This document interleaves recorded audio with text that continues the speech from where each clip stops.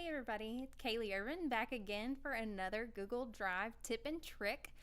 So again, I know that people are still probably really digging into their drives and trying to get those folders and subfolders created and everything looking great.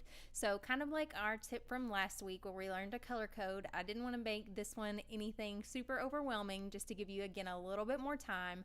And like color coding, this is just a way to add a little bit more visual interest into your drive. So if you're like me and you're a really visual person, you might just love today's tip too. So what we're going to talk about today is a way to add little symbols or like little emojis to the beginning of your folder and file names in your Google Drive.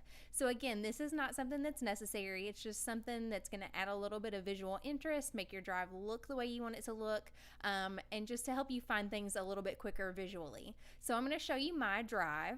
So now you should see that on your screen, and you can probably see, if you haven't noticed before, some of my folders already have little images that go with them.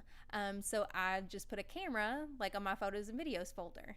I put a little clipboard on my Screencastify video file folder. I put a little music symbol on my husband's marching band folder. So these again are just a way to add visual interest to your drive. So we're going to talk about how to do that. So you'll see again here at the end, I have two folders, that don't have any sort of icon with them yet.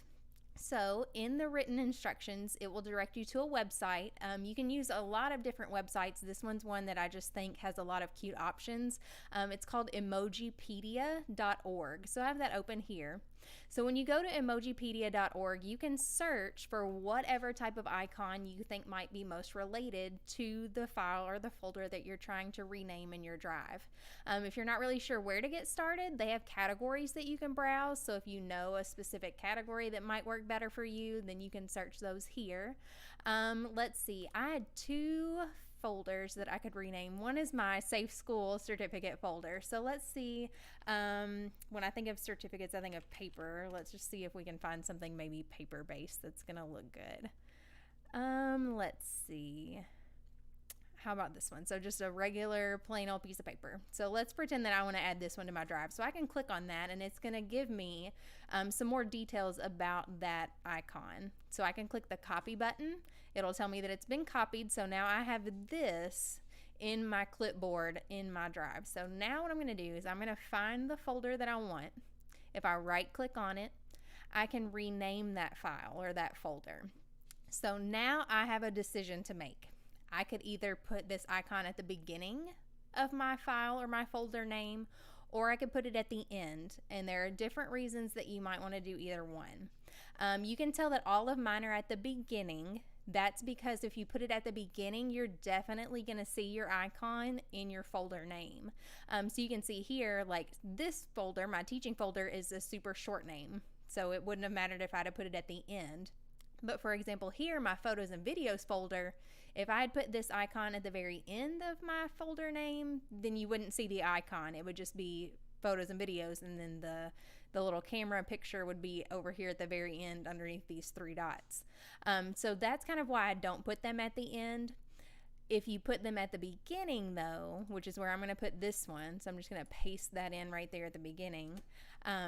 When I put this at the beginning, it's probably going to reorder my folders because any sort of non-alpha character is going to be reordered to the beginning of my drive. So you can see here, like these folders are not in alphabetical order. They're based off the little icon pictures that I have.